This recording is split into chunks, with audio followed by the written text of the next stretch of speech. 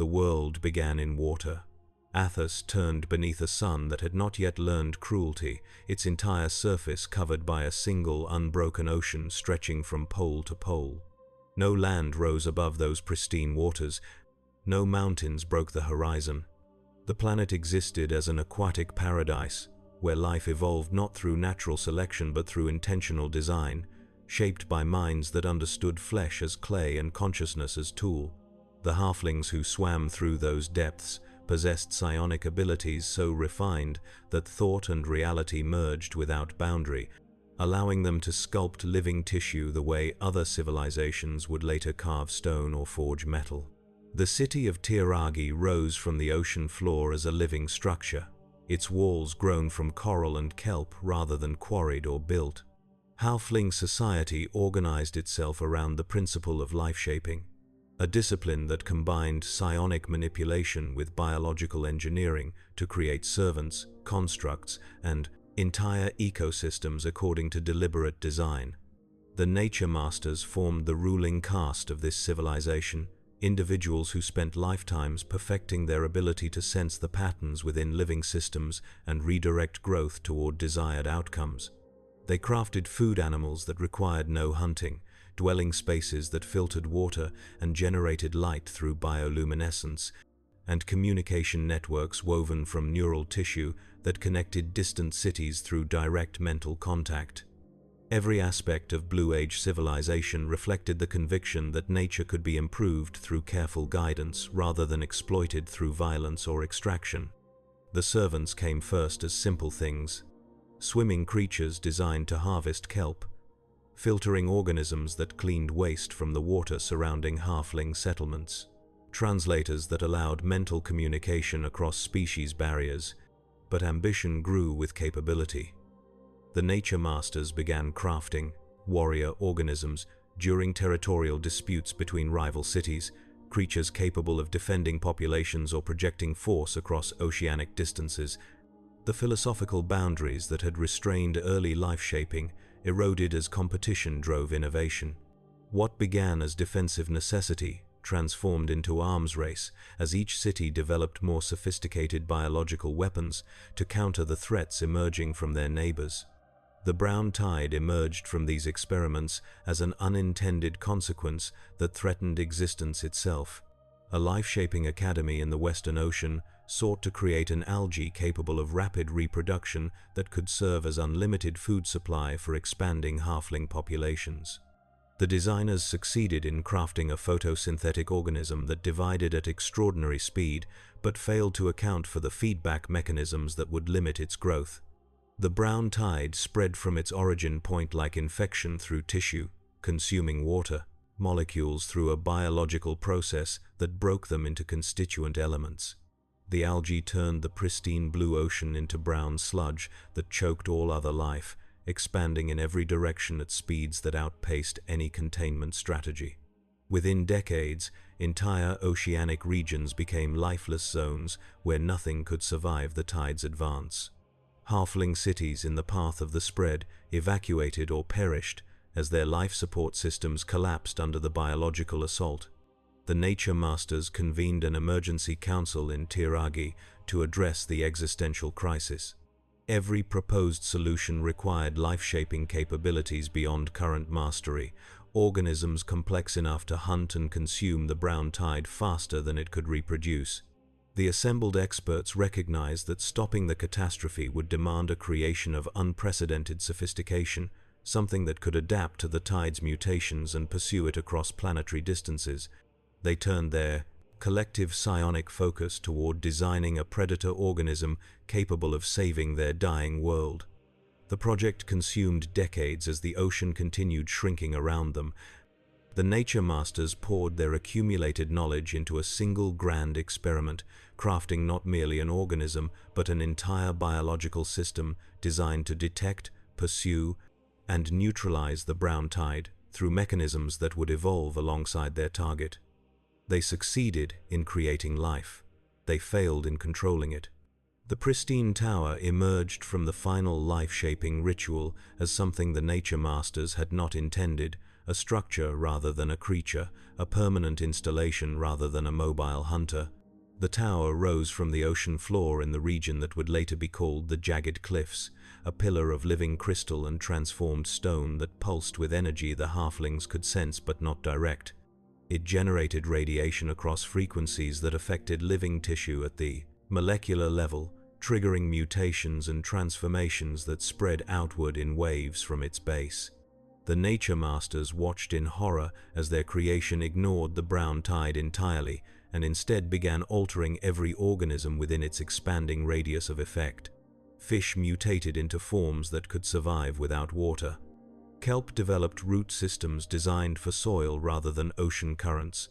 The halflings themselves began changing in ways that destroyed everything their civilization had built across millennia of careful development. The rebirth occurred as catastrophe rather than salvation, transformation rather than preservation. Halflings caught in the tower's radiation field discovered their bodies shifting over the course of generations.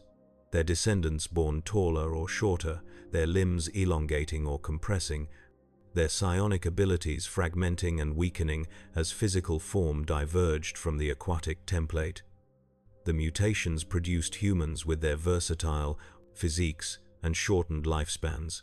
Dwarves emerged compact and dense, their focus narrowing to obsessive intensity. Elves stretched thin and swift, adapted for running across distances rather than swimming through depths. Other forms appeared as well in smaller numbers, each representing a different path, the transformative energies carved through halfling genetic potential. The ocean continued draining as the brown tide consumed water faster than the ecosystem could replenish, leaving the mutated populations stranded on expanding landmasses they had never been designed to inhabit. The world transformed around them as continental shelves became exposed plains.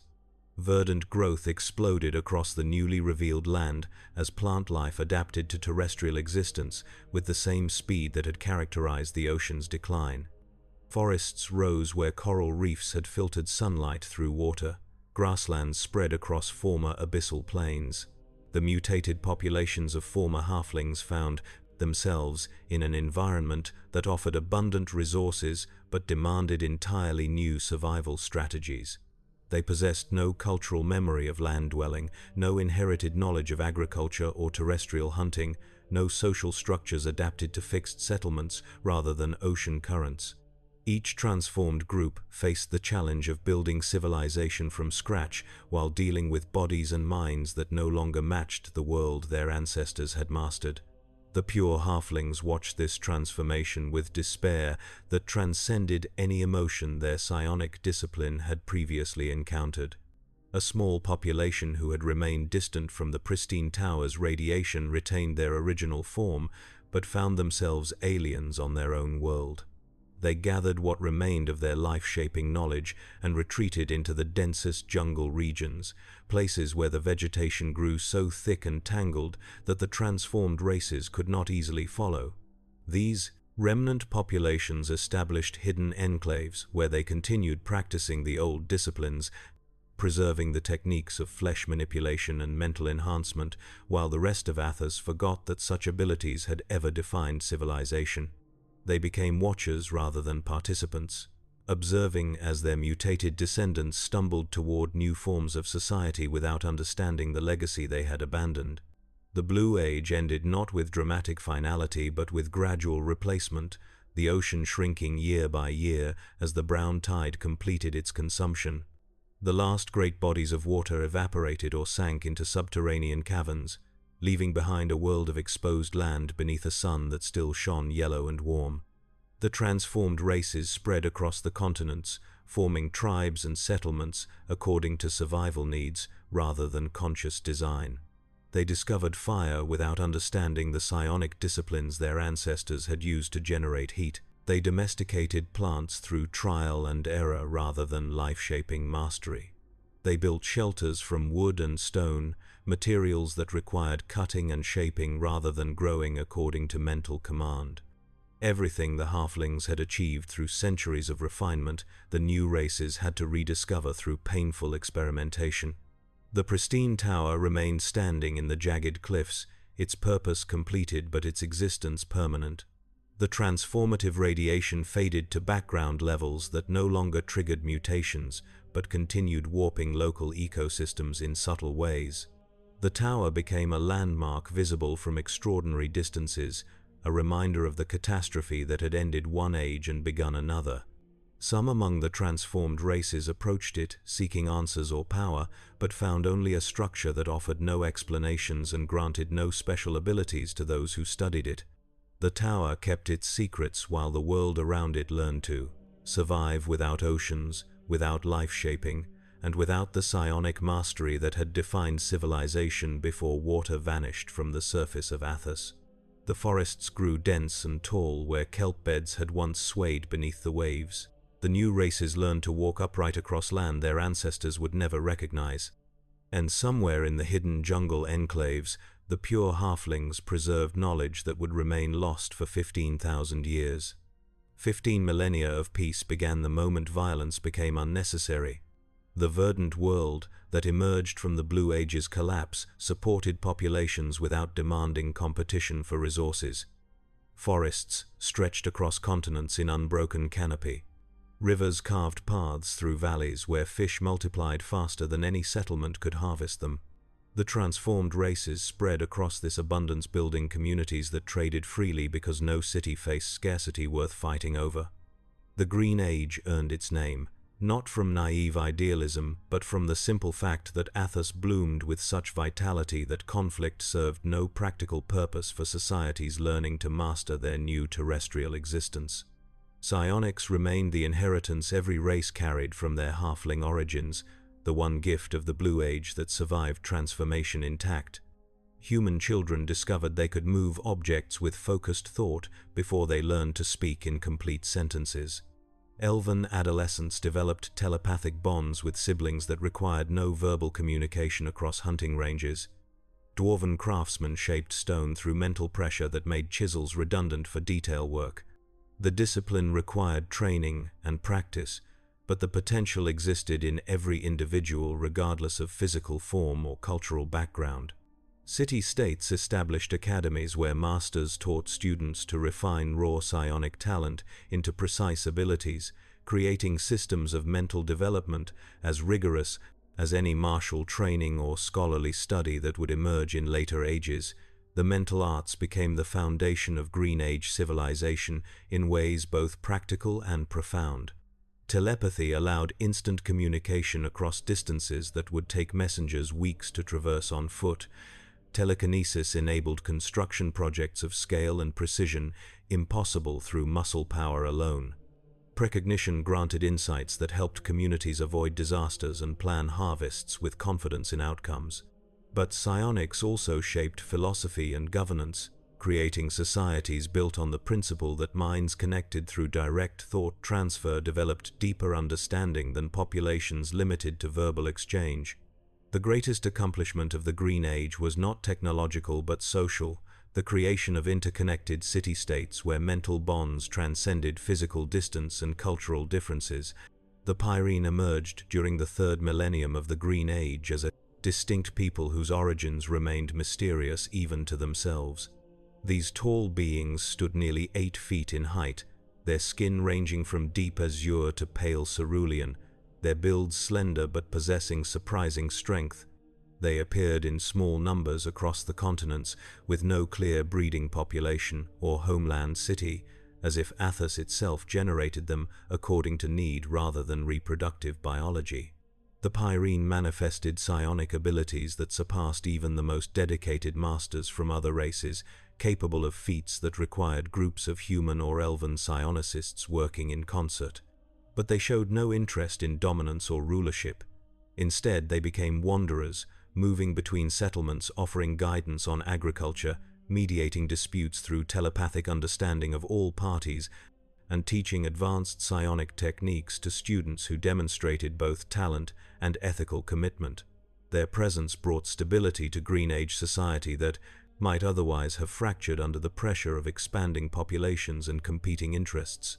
A pyrene named Corgonard became legendary for walking the trade routes between Tyr and Balak for 6 centuries, his mere presence deterring banditry and ensuring fair dealings between merchant and customer. Another, called Nanda, spent 400 years traveling between dwarven mountain holds, teaching focused meditation techniques that allowed craftsmen to perceive flaws in stone before beginning work. The pyrene never formed organizations or established permanent residences, maintaining their role as neutral advisors who appeared when needed and departed when their guidance had taken root. Their refusal to accumulate power or wealth made them trusted by populations who might have resented interference from their own kind. Trade routes connected cities separated by thousands of miles through networks that carried goods, knowledge, and cultural exchange without military escort or fortified caravans. The road between Tyr and Justanal ran through forests so dense that travelers walked in perpetual shade beneath canopies where birds filled the air with songs merchants learned to recognize as signals of safe passage. Balak's harbor district processed timber floated downriver from interior logging camps that practiced selective cutting rather than clear felling, maintaining forest health while supplying construction material for a city that grew outward in carefully planned districts. Justanal itself became renowned for astronomical observations conducted from towers that rose above the tree line, its scholars mapping stellar patterns and developing calendars that helped agricultural communities across Athos time their planting cycles to optimize yields. The cities thrived without walls because they faced no external threats worth fortifying against. Populations mixed freely as humans settled in predominantly elven cities and dwarves established workshops in human trade centers, creating cosmopolitan environments where multiple languages and customs blended into hybrid cultures. Philosophical schools debated questions of ethics and meaning rather than military strategy or resource allocation. Artists created works intended to last centuries because they had no reason to doubt their societies would endure to appreciate them. The Green Age represented not utopia but simply the natural outcome when intelligent populations occupied a world capable of supporting them without demanding sacrifice or compromise. Magic arrived as accident rather than discovery, power stumbled upon by individuals who possessed no framework for understanding what they had found.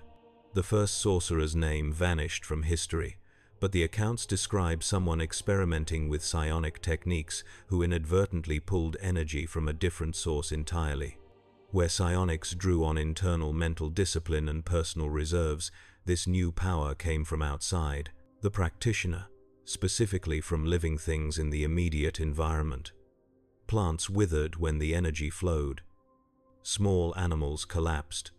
The ground itself seemed to exhale something vital that entered the caster and became shaped according to will and word. The effect terrified those who witnessed it, but the power exceeded anything psionics could achieve through similar effort. Word spread quickly through telepathic networks as others attempted to replicate the technique, and within a generation, hundreds of individuals across multiple cities had learned to access this external energy source. The philosophical divide emerged immediately between those who recognized the danger and those who prioritized the capability. Preserving magic developed from the efforts of conscientious practitioners who understood that draining life force from concentrated sources would lead to environmental destruction if practiced without restraint. These preservers learned to pull small amounts of energy from many living things across wide areas, distributing the cost so broadly that no single organism suffered permanent harm. A preserver casting a significant spell might draw infinitesimal amounts from every plant within 100 yards, leaving each slightly weakened but capable of full recovery within hours. The discipline required precise control and constant awareness of surroundings, making it more difficult than simply draining the nearest concentrated life source. But preservers accepted this burden as necessary cost for practicing magic without destroying the world that supported them. Defiling magic emerged from practitioners who rejected these ethical constraints as inefficient obstacles to achieving maximum power. Defilers learned that pulling all available energy from plants and animals in a localized area produced far greater magical effects than the distributed drawing preservers employed.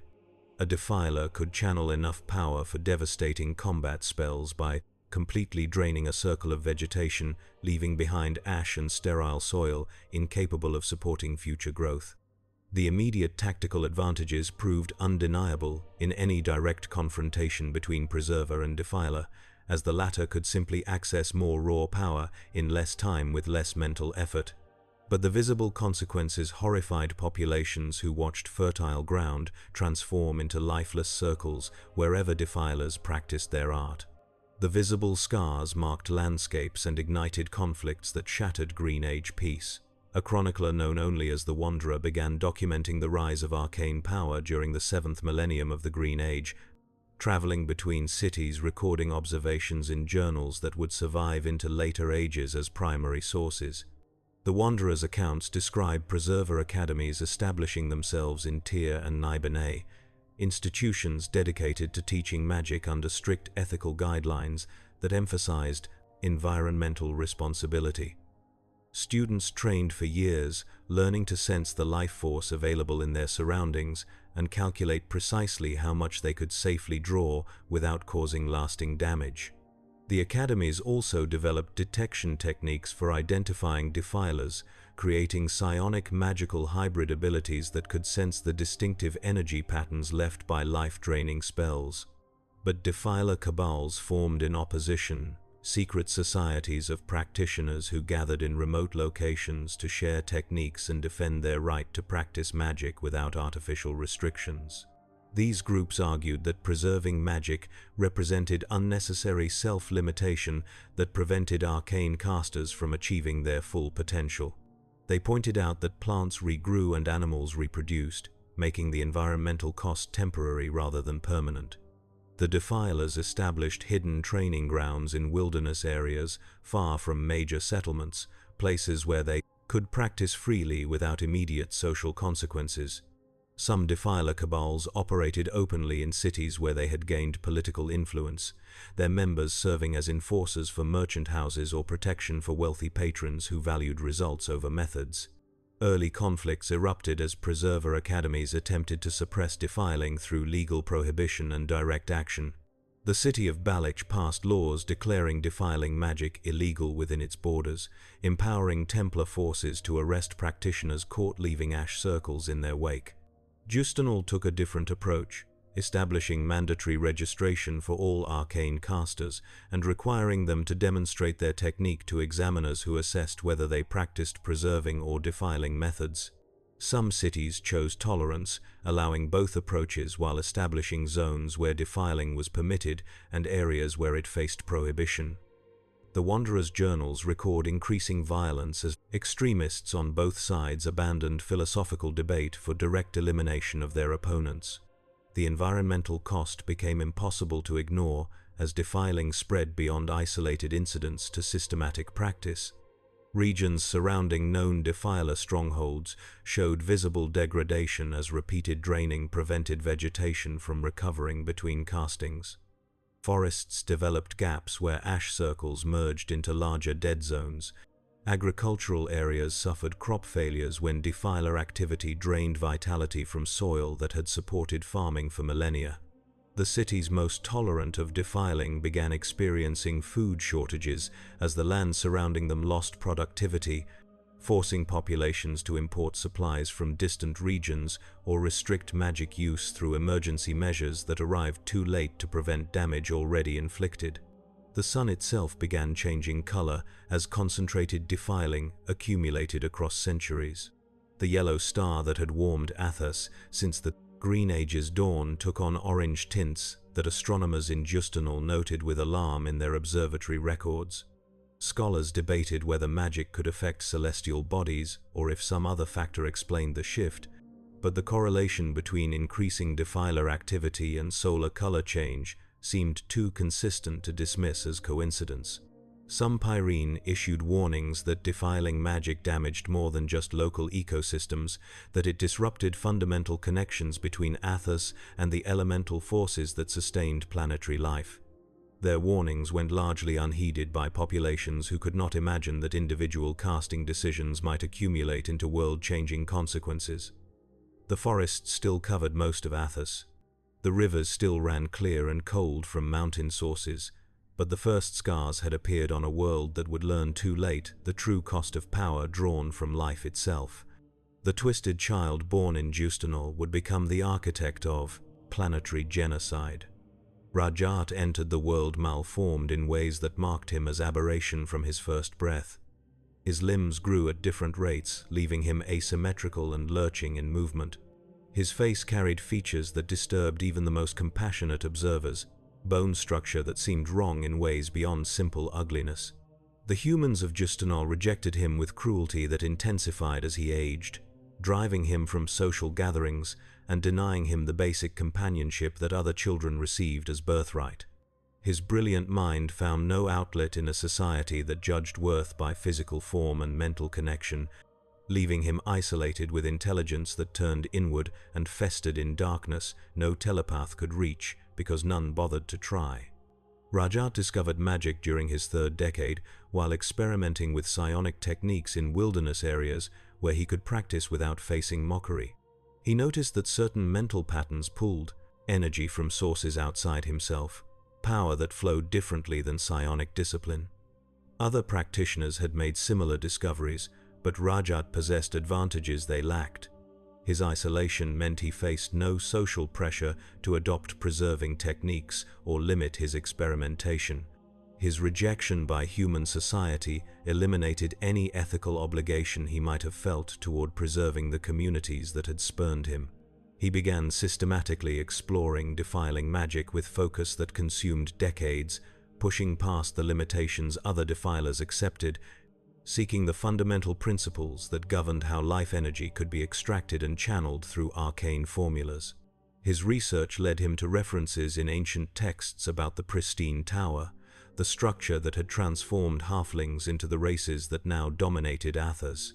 Scholars in Justanol maintained archives containing fragmentary records from the Blue Age, documents salvaged from halfling enclaves and translated through psionic interrogation of captured remnant populations.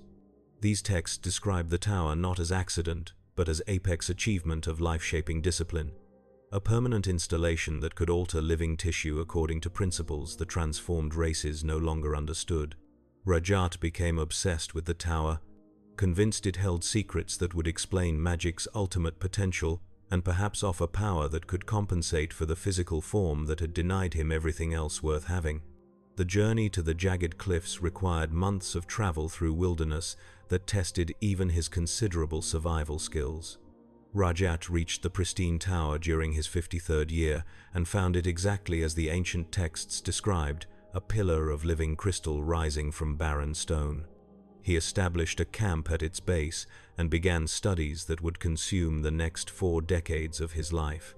The tower responded to his presence in ways it had not for other visitors, perhaps recognizing in him the same obsessive focus that had driven the nature masters who created it.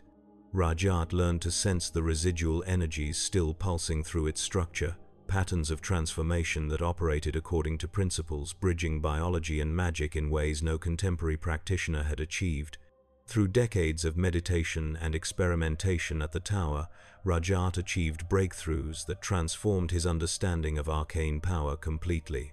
He discovered that magic fundamentally drew on the life force Athas itself generated, that the planet possessed something analogous to the vital energy within individual organisms, but operating at geological scale.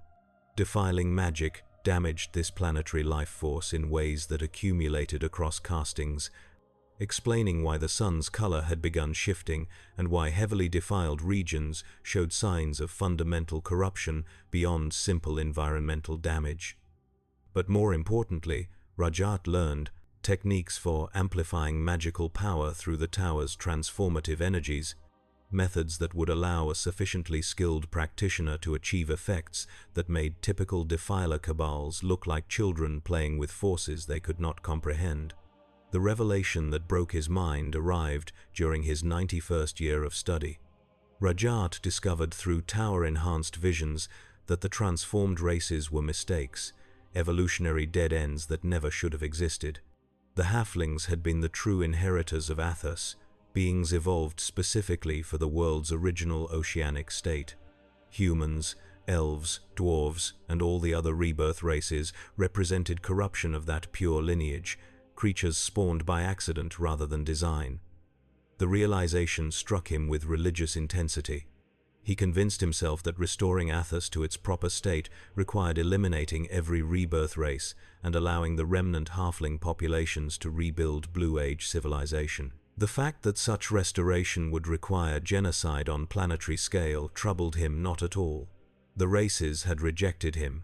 They deserved extinction. He began planning the cleansing wars during his return journey from the jagged cliffs to Justanal. The task required more than personal power, regardless of how advanced his magical abilities had become. Rajat needed armies and lieutenants, human forces that could be deployed across continents to systematically hunt down and exterminate specific races. The irony of using humans to destroy themselves last did not escape him. It amused him. He established a hidden fortress in the Blackspine Mountains far from major settlements, a location chosen for its defensibility and proximity to resources necessary for the transformative rituals he had learned to perform using principles stolen from the pristine tower. The fortress grew over decades as Rajat constructed laboratories and training facilities for the students he planned to recruit. He used magic to shape stone and channel water, creating a self-sufficient complex that could support hundreds of residents without requiring supply lines from external cities. The architecture reflected his twisted aesthetic, corridors that bent at uncomfortable angles and chambers sized for occupants of different proportions. Rajat carved his accumulated knowledge into the walls themselves, creating a permanent record of magical theory that represented the most comprehensive arcane documentation on Athas.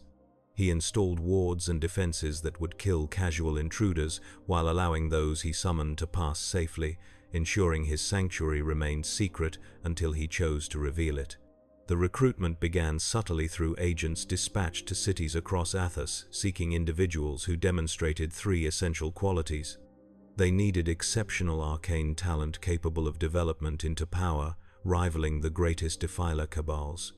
They required ambition that exceeded ethical constraints, willingness to pursue power regardless of cost to others. Most importantly, they needed capacity for sustained cruelty, the psychological makeup that would allow them to conduct genocide without wavering or developing conscience that might interfere with their assigned tasks. Rajat's agents identified prospects through observation of magical duels, monitoring of defiler cabals, and psionic scanning of individuals who showed the distinctive mental patterns of extreme narcissism or sociopathy. Boris of Eby arrived first, a human defiler who had already established reputation for ruthlessness in conflicts with preserver academies. Kalak came from Tyr, bearing scars from battles where he had killed rivals through overwhelming magical force applied without restraint.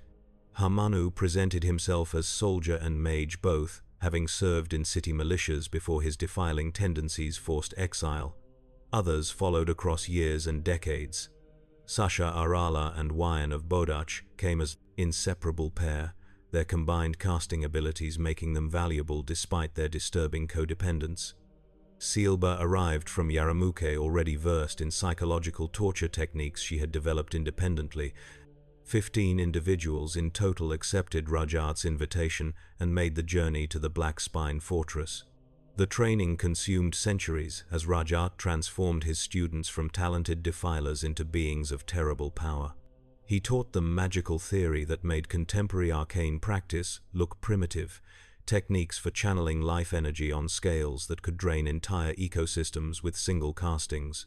He instructed them in combat applications that combined magic with tactical brilliance, creating weapons from arcane force that could shatter city walls or incinerate armies. But he also trained them in logistics and command, ensuring they understood how to organize military campaigns and maintain supply lines across continental distances. Rajat intended his champions to function as generals as well as sorcerers, leaders capable of coordinating the systematic extermination of entire races through methodical application of force. The truth remained hidden behind layers of deception and misdirection. Rajat presented the training as preparation for bringing order to the chaotic city-states of the Green Age, framing the champions as future rulers who would unite Athos under rational governance. He spoke of eliminating the non-human races as necessary step in establishing human dominance, appealing to prejudices his students already possessed. The champions assumed they would rule the world after completing their assigned tasks, dividing the city-states among themselves and establishing dynasties that would last millennia. None of them suspected that Rajat intended humans to die last, that they themselves were tools to be discarded once they had eliminated all other rebirth races and exhausted their usefulness. The transformation rituals took place in the pristine tower after centuries of preparation. Rajat led his 15 champions to the jagged cliffs and performed ceremonies that channeled the tower's transformative energies through magical frameworks he had spent lifetimes developing. The rituals altered his students at fundamental levels, rewriting their biology to grant extended lifespans and enhanced physical capabilities, while binding them to their assigned purposes through arcane oaths that operated below conscious awareness. Boris received modifications focused on physical might and the capacity to hunt underground. Kalak gained enhancements for sustained magical endurance. Hamanu's changes emphasized combat efficiency and tactical perception. Each champion emerged from transformation as something more and less than human. Beings of enhanced capability, bound to genocidal purpose through combinations of gears and physiological alteration. Rajat revealed his true plan only after the transformations became irreversible. He gathered his champions in the tower's central chamber and explained that their ultimate purpose was restoring Athos to the halflings by eliminating all rebirth races, including humans.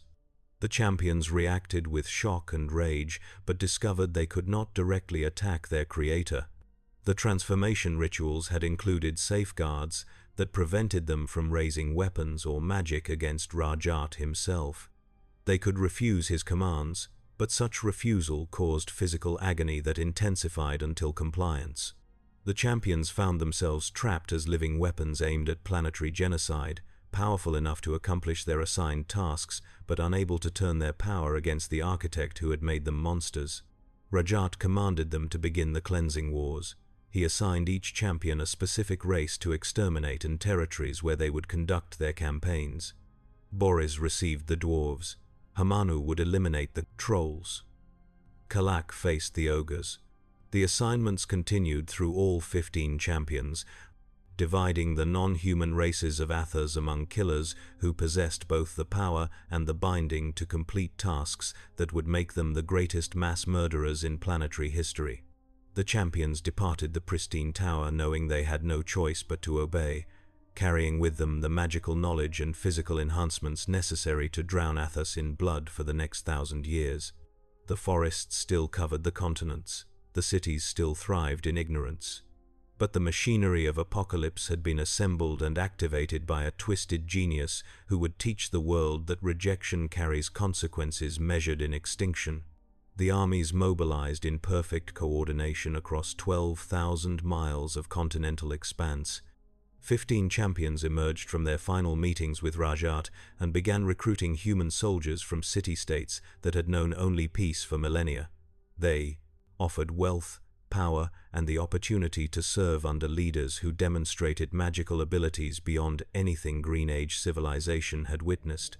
Volunteers came by the thousands, drawn by promises of glory and excited by the prospect of martial adventure in a world that had forgotten warfare. Within a decade, each champion commanded forces numbering in the tens of thousands. Equipped and trained for campaigns their soldiers did not yet understand, would continue for centuries, and cost millions of lives across every race, inhabiting Athos. Boris of Eby received the assignment that would prove most challenging and would define his existence for the next 3,000 years. The dwarves had established their primary population centers in mountain strongholds carved deep into bedrock, cities extending miles underground through tunnels and chambers that represented centuries of careful excavation. Kalak stood as the greatest of these fortress cities, built into the southern mountains with entrances so well defended that conventional assault seemed impossible. Boris spent the first 5 years of his campaign simply locating dwarf settlements, using psionic scanning combined with magical detection to identify the hidden passages and ventilation shafts that connected underground complexes to the surface world.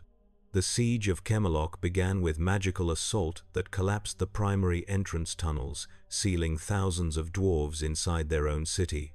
Boris positioned his armies around every known surface access point and began systematically destroying ventilation systems, turning the mountain fortress into a tomb where breathable air grew scarce with each passing week. Dwarven defenders attempted breakout attacks through secondary tunnels, but encountered magical barriers that Boris had spent months establishing, wards that incinerated anyone passing through them, regardless of armor or magical protection.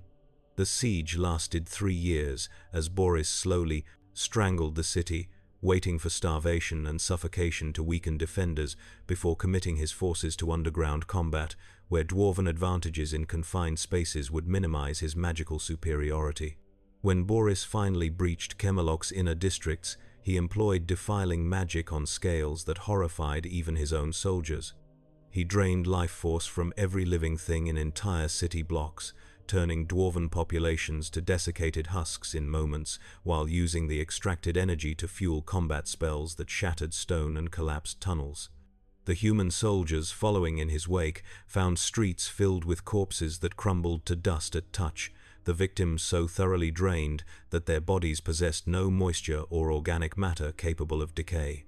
Boris emerged from Kalak after 6 months of underground warfare, having eliminated a dwarven population estimated at 40,000.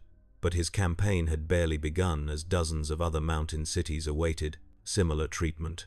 Hamanu approached his assignment with efficiency that shocked the other champions through its speed and totality. The Trolls of Athos inhabited marshland regions in the northwestern territories, living in tribal groups that numbered hundreds rather than the thousands typical of city-dwelling races.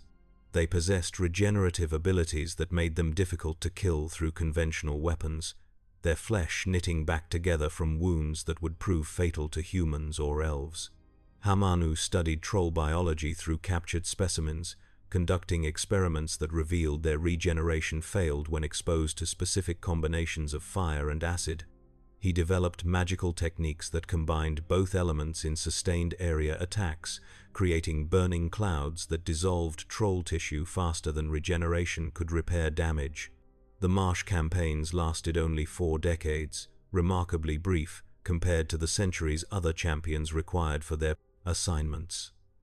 Hamanu moved methodically through troll territories with armies trained in swamp warfare, using boats and magical water walking to navigate terrain that would have bogged down conventional forces.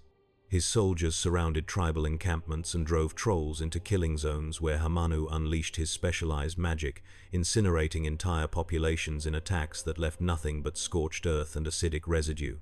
The speed of his success came from tactical brilliance, combined with willingness to employ overwhelming force without hesitation or mercy. Where other champions sometimes faltered or showed brief moments of doubt, Hamanu never wavered in executing his assigned task. The completion of the troll genocide established Hamanu as the most effective of Rajat's champions in terms of pure efficiency. He had eliminated an entire race in the time Boris required to conquer 3 dwarven cities. The other champions took notice, some viewing him with respect, and others with suspicion born from recognition that such efficiency might eventually be turned against them. Hamanu returned to Rajat's fortress and requested new assignment, but the warbringer commanded him to wait, explaining that certain races required more time to hunt down and that premature deployment against new targets would disrupt the careful orchestration of continental genocide. Sasha Arala and Wyan of Bodash operated as inseparable unit throughout their campaigns against the kobolds, their combined magical abilities allowing them to cast spells of power exceeding what either could achieve individually. The kobolds had spread across northern Athos in warren communities built underground, but lacking the depth and sophistication of dwarven fortress cities. These burrow systems extended only dozens of feet below surface, making them vulnerable to collapse but difficult to fully clear without extensive excavation. Sacha and Wyan developed techniques for detecting kobold tunnels through seismic magic, then systematically collapsed entire warren complexes by targeting load-bearing passages at multiple points simultaneously. The kobold campaigns became wars of extermination through suffocation and crushing rather than direct combat. Sacha and Wyan rarely encountered kobold warriors in open battle, instead killing them by the hundreds through ceiling collapses and tunnel floods. They pioneered the use of coordinated defiling that drained life from kobolds trapped underground, pulling energy through soil and stone to reach victims who thought themselves safe in deep warrens. The technique required precise magical control and perfect synchronization between the two champions, but proved devastatingly effective against populations that relied on underground concealment for survival. Within 2 centuries, the kobold race faced extinction as Sacha and Wyan methodically eliminated every warren complex their scouts could locate across thousands of square miles. Kalak pursued the ogres with obsessive intensity that exceeded even his commission from Rajat. The ogre populations had established themselves in forest regions across central Athos, living in tribal structures that emphasized martial prowess and individual strength over magical or psionic development. They stood 9 feet tall on average, possessed physical might exceeding human capability, and demonstrated tactical intelligence that made them dangerous opponents despite their relatively small numbers. Kalak viewed them as personal challenge rather than simple assignment, seeing in their physical superiority a mirror of the advantages he lacked before his transformation into champion. He attacked ogre settlements with forces designed not for efficiency but for overwhelming display of magical dominance. The forest campaigns Kalak conducted transformed vast regions of central Athos from verdant woodland into ash waste through defiling practices that exceeded any tactical necessity. He would surround ogre villages with his armies, then spend days casting increasingly powerful spells that drained every living thing within miles, while demonstrating his magical supremacy to ogre defenders who could only watch as their environment died around them. Kalak treated each battle as opportunity to showcase his power, often allowing ogres to mount desperate final charges just so he could annihilate them with magic at the moment they thought they might reach him. His soldiers learned to stand far back from their commander during combat, having witnessed too many instances where Kalak's defiling drained their own life force when he pulled power from every available source without discrimination. The environmental damage Kalak inflicted became visible from distances of hundreds of miles as forest regions transformed into barren circles of grey ash spreading outward from battle sites. Refugees fleeing toward untouched cities reported that the landscape itself seemed to be dying, that plants wilted and animals fled in advance of Kalak's approach as if they could sense the predatory hunger of his magic. The ogre race faced not merely military defeat, but erasure from memory as Kalak destroyed every settlement, every artifact, every record of their existence. He personally hunted down the last scattered survivors across decades, refusing to declare his mission complete while even rumors of surviving ogres reached his ears. The wars consumed Athas in spreading devastation that dwarfed any conflict the Green Age had previously witnessed. Entire species began vanishing from the world as champions completed their assignments. The orcs fell to Albion before that champion himself died in combat with dwarven defenders. The pixies disappeared under assault from Myron of Yoram, their fragile bodies and small populations making them tragically easy targets for systematic elimination. The trolls existed only as preserved specimens in Hamanu's collection. The kobolds survived in scattered individuals who hid among human populations, but their distinct culture and tribal structures had been obliterated. Each extinction represented centuries of history and culture erased, knowledge and traditions destroyed as thoroughly as the populations that had carried them. Trade between city-states collapsed as armies requisitioned supplies, and champions demanded resources for campaigns operating across continental distances. The roads that had carried peaceful commerce for millennia became military highways where caravans moved under heavy guard or not at all. Cities not directly involved in the wars found themselves flooded with refugees from races facing extermination, populations that arrived with nothing but desperate pleas for sanctuary. Some cities opened their gates and provided shelter despite the risks of attracting champion attention. Others closed their walls and turned refugees away, choosing survival through neutrality over moral obligation to the condemned. The environmental cost manifested in ways that transcended localized defiling damage. The sun's yellow glow shifted toward orange as magical corruption accumulated in ways that affected planetary systems. Rainfall patterns changed as forests died, reducing moisture cycles and creating expanding dry regions where verdant growth had thrived for millennia. Rivers began carrying less water as watershed forests vanished, exposing bedrock that baked under intensifying solar radiation.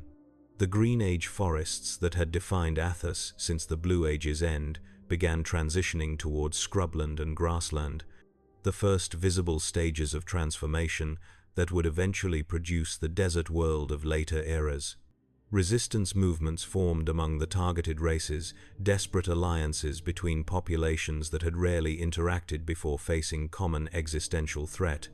Dwarves shared their fortress architecture with elves, seeking to create defensible positions. Surviving ogres taught combat techniques to refugees from other races. Psionic masters from multiple species pooled their knowledge, attempting to develop abilities that might counter champion magic. But the power disparity proved insurmountable.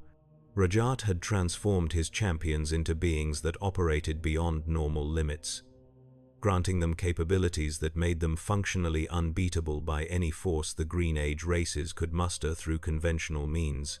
The cleansing wars entered their third century with no end in sight, and millions already dead. The champions continued their campaigns with mechanical efficiency, hunting their assigned targets while Athos died around them. And in his blackspine fortress, Rajat watched the extermination proceed exactly as he had designed, waiting for the moment when his champions would turn their power against humanity itself and complete the restoration he had devoted his immortal existence to achieving.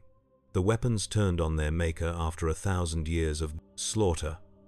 Boris of Eber discovered the truth in documents Rajat had hidden in a sealed chamber deep within the Blackspine fortress, records outlining the complete plan, including the final stage where champions would exterminate humanity and themselves before halfling restoration could begin. The revelation struck Boris during a rare return to the fortress for supplies, his attention drawn to a passage he had never noticed before by patterns in the stone that suggested concealed space. He used magic to breach the seal and found archives containing Rajat's complete philosophical justification for genocide, writings that described humans as the greatest mistake of the rebirth and champions as disposable tools to be discarded once their usefulness ended. Boris read through the night, his rage building as he understood the full scope of the deception that had shaped the last millennium of his existence. The conspiracy formed through careful telepathic communication as Boris contacted other champions individually, rather than risking group meetings Rajat might detect. He reached Hamanu first, knowing the efficient killer would grasp tactical realities immediately. Hamanu required no convincing once he understood that completion of his assignment meant his own execution. Kalak joined after Boris presented the documentary evidence, his paranoia making him receptive to warnings of betrayal. Sacha and Wyan came as unit, their combined psionic abilities allowing them to verify the information independently. One by one, across months of secret communication, all 15 champions learned they had been architecting their own eventual destruction. The critical question became not whether to rebel, but how to permanently stop an immortal who had created them and still possessed magical knowledge surpassing their combined abilities.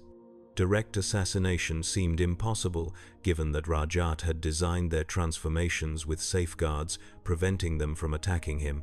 The champions spent years researching alternatives, consulting with the greatest psionic masters they could capture and interrogate, studying ancient texts about imprisonment and dimensional magic. They concluded that killing Rajat was beyond their capability, but trapping him might succeed if they could engineer circumstances where his own power worked against him. The plan that emerged required using the pristine tower itself as weapon, channeling its transformative energies into a prison that would bind Rajat outside normal reality. The assault on the blackspine fortress began without warning as all 15 champions converged simultaneously with their armies, providing perimeter security against potential interference. Rajat detected the attack within moments and emerged to meet his rebellious students, his rage manifesting as magical displays that split mountains and turned the sky black with defiling energy that pulled life force from sources hundreds of miles distant. The first battle lasted 7 days according to surviving accounts, though some scholars argue the temporal distortions created by the magical forces involved make accurate duration measurement impossible.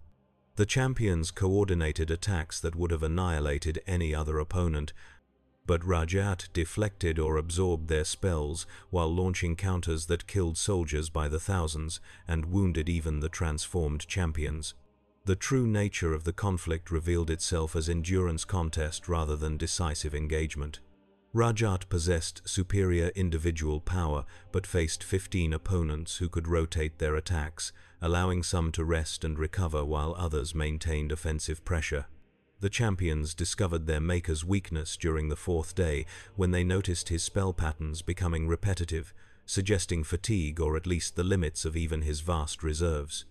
They began deliberately draining the environment around the fortress, using defiling magic to eliminate every possible power source Rajat might draw upon.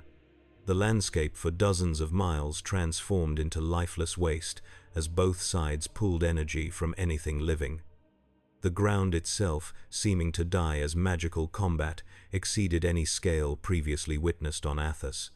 The moment of vulnerability arrived unexpectedly during the 6th day, when Rajat attempted a casting designed to scatter the champions across different planes of existence.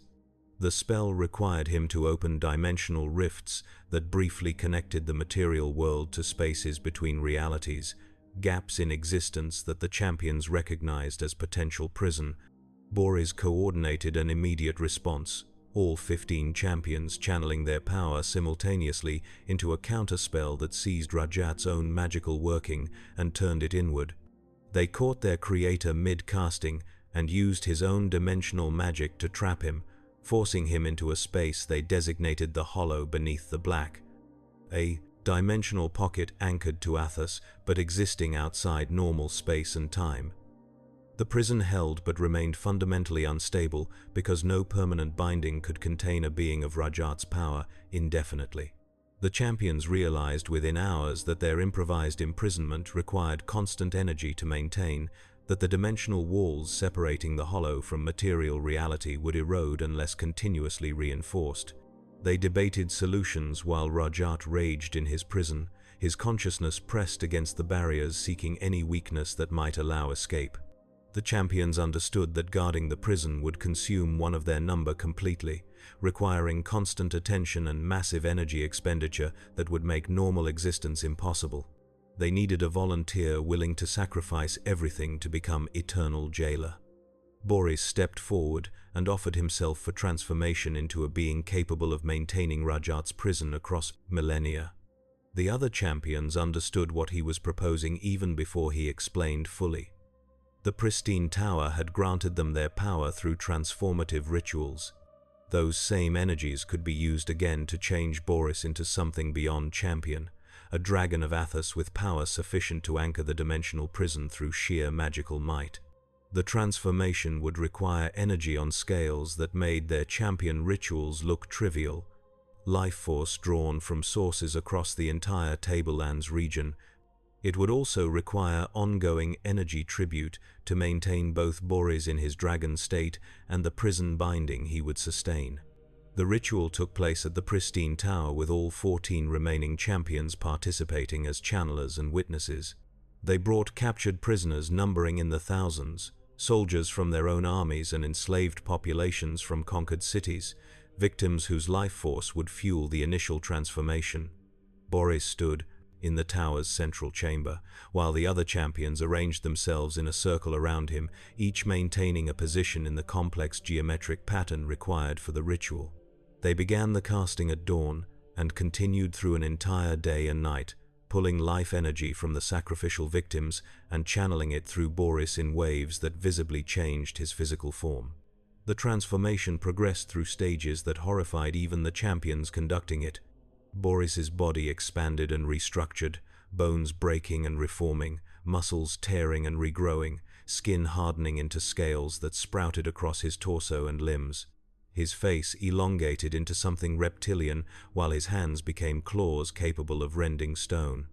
Wings erupted from his back in sprays of blood and tissue that made several champions turn away, despite having witnessed centuries of atrocity. The process took 30 hours of continuous casting, every champion pushed to the absolute limit of their endurance, while Boris screamed through changes that would have killed anyone not already transformed beyond human limits. The Dragon of Athos emerged from the pristine tower as a being of terrible majesty, and immediately assumed his role as Rajat's jailer.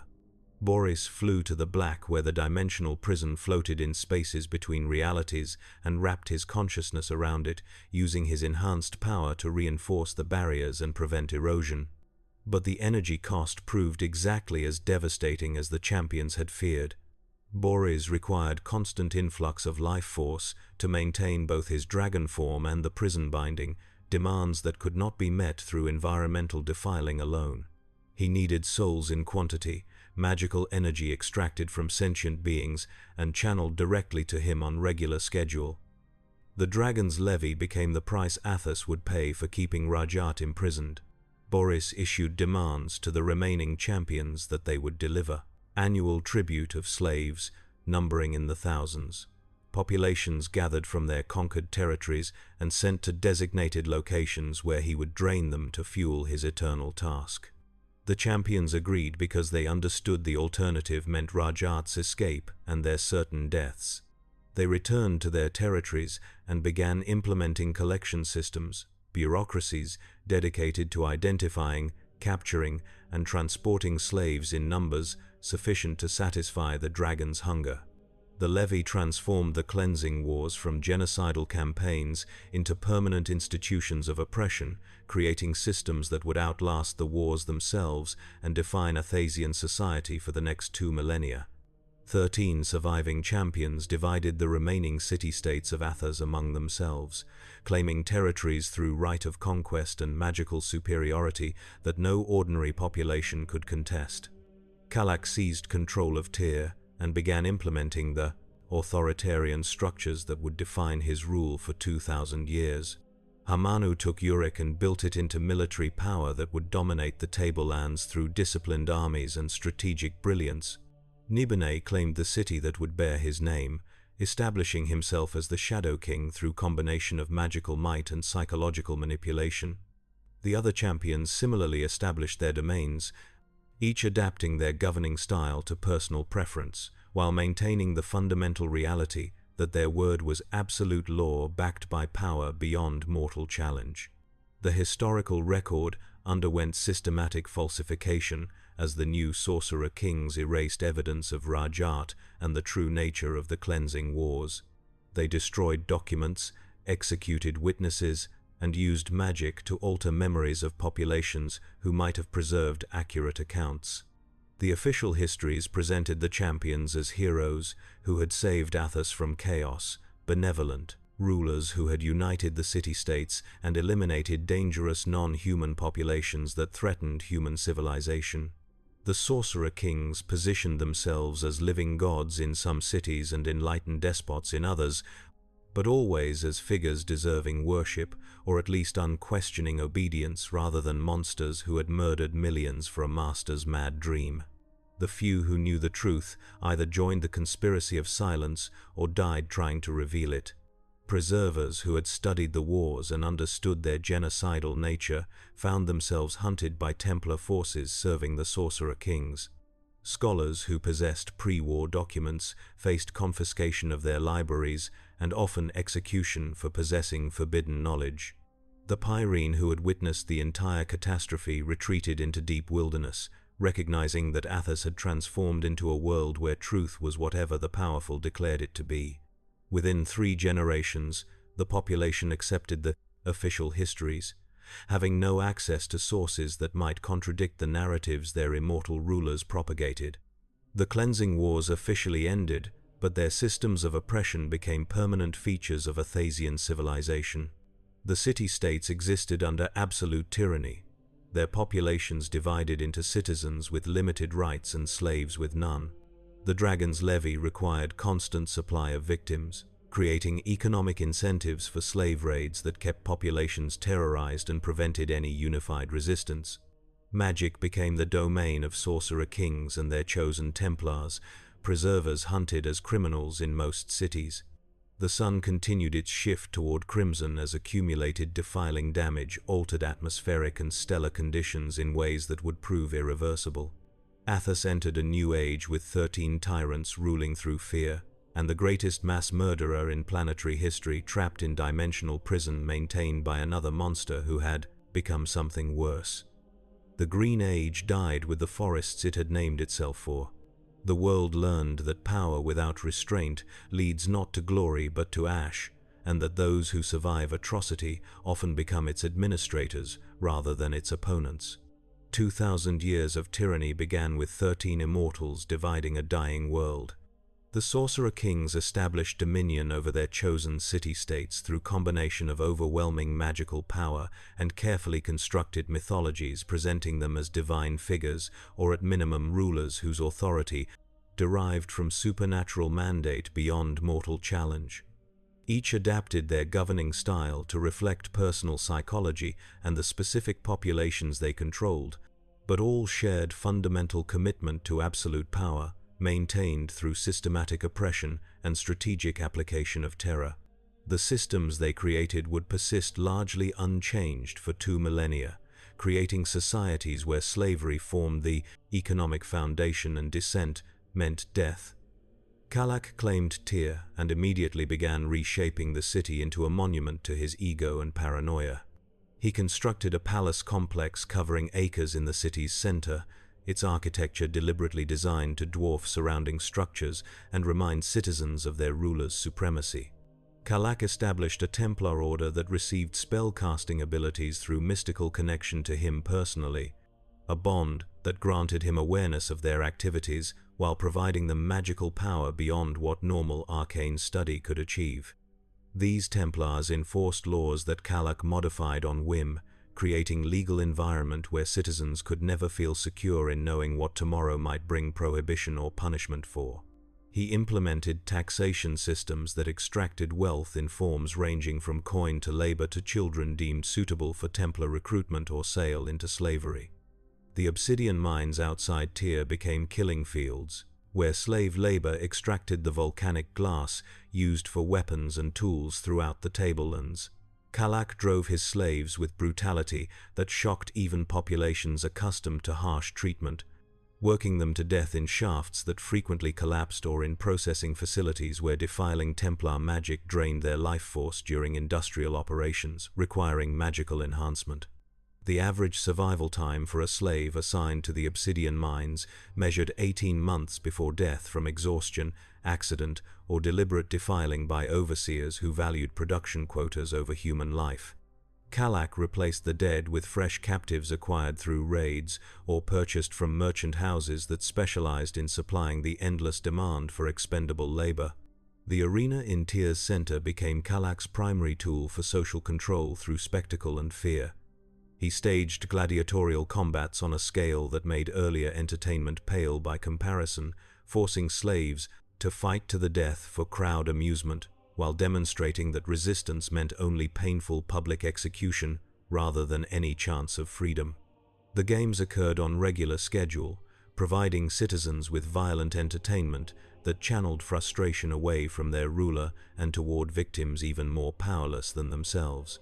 Kalak attended every major event, his presence in the royal box serving as reminder that the same magic capable of enhancing gladiator abilities for better sport could be turned against any citizen who displeased him.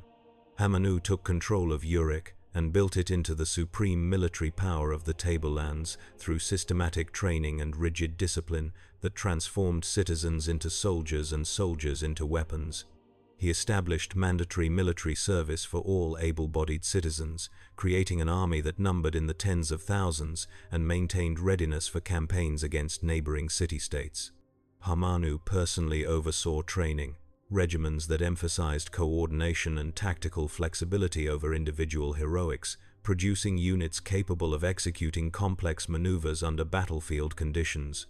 His army became the standard against which other city-states measured their own forces, an instrument of conquest that regularly expanded Urik's territory through raids and annexations that weaker cities could not prevent. The military culture Hamanu created permeated every aspect of Urik's society. Children learned weapons handling alongside reading and mathematics. Citizens earned social status through military accomplishments rather than wealth or birth. Even slaves in Urik faced organization along military lines, formed into labor battalions that moved and worked with precision that made them more efficient than the chaotic slave populations in other cities. Hamanu ruled not as distant god-king but as general among his troops, regularly appearing in training grounds and sometimes joining campaigns personally when targets warranted his direct attention. This accessibility made him simultaneously more respected and more feared than other sorcerer kings, a ruler whose soldiers would die for him not from magical compulsion but from genuine loyalty born of shared hardship. Urik's expansion brought it into regular conflict with neighboring city-states, particularly Tyr, creating a rivalry that would define Tableland's politics for centuries. Hamanu launched raids into Tyrian territory with regularity that forced Kalak to maintain substantial defensive forces and fortifications. The wars between Urik and Tyr never reached scale of total conquest, instead playing out as series of border skirmishes, caravan raids, and proxy conflicts that bled both cities while accomplishing little strategic gain for either. Hamanu seemed content with this state of perpetual limited warfare, using it to keep his soldiers experienced and his population focused on external threats rather than internal grievances. Niben established himself in the city bearing his name as the Shadow King, a ruler who governed through mystery and psychological manipulation rather than overt displays of force. He constructed the Nagaramakam, a palace complex so vast that it functioned as city within the city, its walls enclosing gardens, libraries, temples, and residential quarters for the thousands of servants and concubines who attended the Shadow King's needs. Niben rarely appeared in public, instead ruling through intermediaries and magical surveillance that allowed him to observe his city without being observed in turn. Citizens lived with constant awareness that the Shadow King might be watching through magical means, that their conversations and actions might be subject to scrutiny even in supposedly private spaces. This created an atmosphere of paranoia that proved more effective than Templar patrols in preventing organized resistance or even casual criticism of the regime. The Shadow King became the most accomplished sorcerer among all the sorcerer kings through obsessive study and experimentation that consumed centuries. He developed entirely new branches of spell theory, creating magical techniques that other practitioners could not replicate even when given detailed instruction. Niben's magical innovations focused particularly on divination and mental manipulation, abilities that enhanced his surveillance state and allowed him to detect potential threats before they developed into actual dangers. He maintained a network of Templar wizards who received both spell-casting ability through their bond with him and training in arcane techniques, creating an elite core of magic users who served as his eyes and enforcers throughout the city. The city of Niben became center of learning despite its oppressive government, its libraries and academies attracting scholars who valued access to knowledge over personal freedom.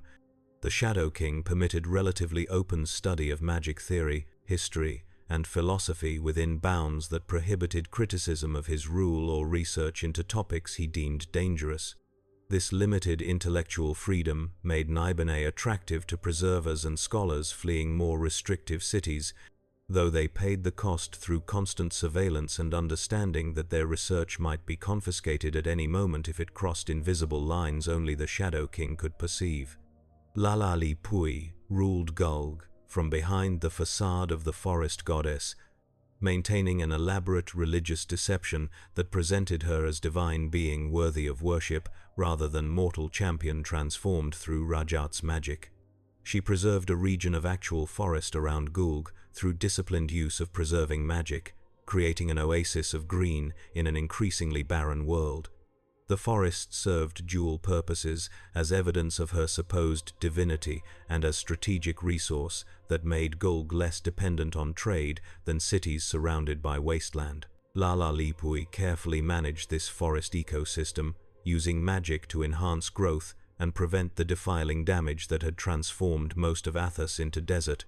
The contrast between Gulg's verdant surroundings and the ash wastes visible on the horizon reinforced the population's belief that their goddess protected them through supernatural power. The religious structure of Gulg's society granted Lala Lipui total control while maintaining illusion of benevolent divine guidance. She established a priesthood called the Judaga, who served as intermediaries between the goddess and her people, Templars who received their spell-casting ability through the same mystical bond that connected Templars to sorcerer kings in other cities, but presented as divine blessing rather than arcane manipulation. The Judaga enforced religious law that prohibited defiling magic, maintained the forest through preserving techniques, and eliminated anyone who questioned the forest goddess's divine nature. Citizens, who expressed skepticism, faced ritual sacrifice presented as necessary offerings to maintain the goddess's favor and the forest's continued existence. Lala Lipui's deception required maintaining physical distance from her population to preserve the illusion of otherworldly nature. She appeared only during major religious ceremonies, using magic to enhance her presence with visual and auditory effects that seemed miraculous to populations lacking arcane education. The forest goddess spoke in pronouncements rather than conversations, issued commands through the Judaga rather than directly, and retreated to her hidden palace immediately after public appearances. This calculated inaccessibility made her seem genuinely divine to populations who never saw her performing mundane activities or displaying the ordinary behaviors that would reveal her mortal nature. The Templars across all city-states formed the administrative backbone of Sorcerer King rule through magical bond that granted them spell-casting abilities in exchange for absolute loyalty. This bond operated through mechanisms that scholars still debate, combining elements of divine magic's faith-based power with arcane magic's systematic formulas. Templars could cast spells without the lengthy study required of wizards and without the psionic discipline other practitioners developed through years of mental training. They simply received power through their connection to their sorcerer king, able to channel magic as long as they maintained the psychological and mystical bond that linked them to their ruler. The Templar orders functioned as a combination of priesthood, police force, and bureaucracy in every city-state. They enforced laws, collected taxes, supervised slave labor, and conducted magical surveillance that prevented organized resistance from developing. Templars received training in intimidation, investigation, and combat alongside their magical education, creating versatile agents capable of handling most situations without requiring direct intervention from their sorcerer king. The position offered one of the few paths to social advancement available in rigidly stratified Athasian society, making Templar service attractive despite the moral compromises it demanded and the dangers it entailed. Defiling magic became institutionalized as standard practice among Templars despite some sorcerer kings like Lala Lipui prohibiting it in their territories. Most Templars used defiling techniques without hesitation, valuing immediate power over environmental concerns that seemed abstract compared to the daily demands of maintaining order in hostile cities. The visible ash circles left by Templar magic served as warnings to populations considering resistance, physical evidence of the destructive power available to those who served the sorcerer kings. Over centuries, the accumulated defiling damage from Templar activities matched or exceeded the destruction caused during the cleansing wars themselves, transforming remaining fertile regions into expanding wastelands. The Veiled Alliance formed in response to Templar persecution of preservers, creating underground resistance network that operated in secret cells across every major city-state. These cells maintained strict separation from each other to prevent infiltration from compromising the entire organization, communicating through coded messages and dead drops rather than direct contact. Veiled Alliance members included preservers who refused to abandon magic despite its illegality, sympathetic psionicists who opposed tyranny, and ordinary citizens who risked everything to support a cause that might outlast them. The Alliance taught preserving magic to new students, provided sanctuary for refugees fleeing Templar persecution, and conducted sabotage operations against particularly oppressive policies or officials. The Alliance's activities ranged from passive resistance like hiding fugitive slaves to active terrorism, like assassinating Templar officers or destroying levy collection records. Cell leaders made independent decisions about operations based on local conditions and their assessment of risks versus potential gains. Some cells focused primarily on education and preservation of forbidden knowledge, maintaining secret libraries where accurate histories of the cleansing wars could be studied. Others operated as militant organizations conducting armed attacks against Templar facilities and slave compounds. The decentralized structure made the Alliance simultaneously weaker in terms of coordinated action and stronger in terms of survival, as no single capture could reveal information about more than a handful of members. The Sorcerer Kings viewed the Veiled Alliance as persistent irritation rather than existential threat, dangerous enough to warrant suppression efforts, but never capable of actually challenging their rule. Templars infiltrated Alliance cells with some regularity, leading to arrests and executions that decimated local organizations. But the Alliance always recovered, rebuilding through new recruits drawn from populations who witnessed Templar abuses and decided that resistance, despite hopelessness, was preferable to collaboration or passive acceptance. The cycle of suppression and renewal continued across centuries, creating a permanent underground opposition that could rarely accomplish major victories, but also could never be completely eliminated. Trade between city-states continued despite political hostilities through merchant houses that maintained neutrality by serving all sides equally and paying appropriate bribes to every authority they encountered. House Vorden established itself as the premier long-distance trading operation, its caravans moving goods between cities separated by hundreds of miles of increasingly dangerous wasteland. House Make specialized in luxury items and information brokerage, trading in secrets and influence alongside physical merchandise.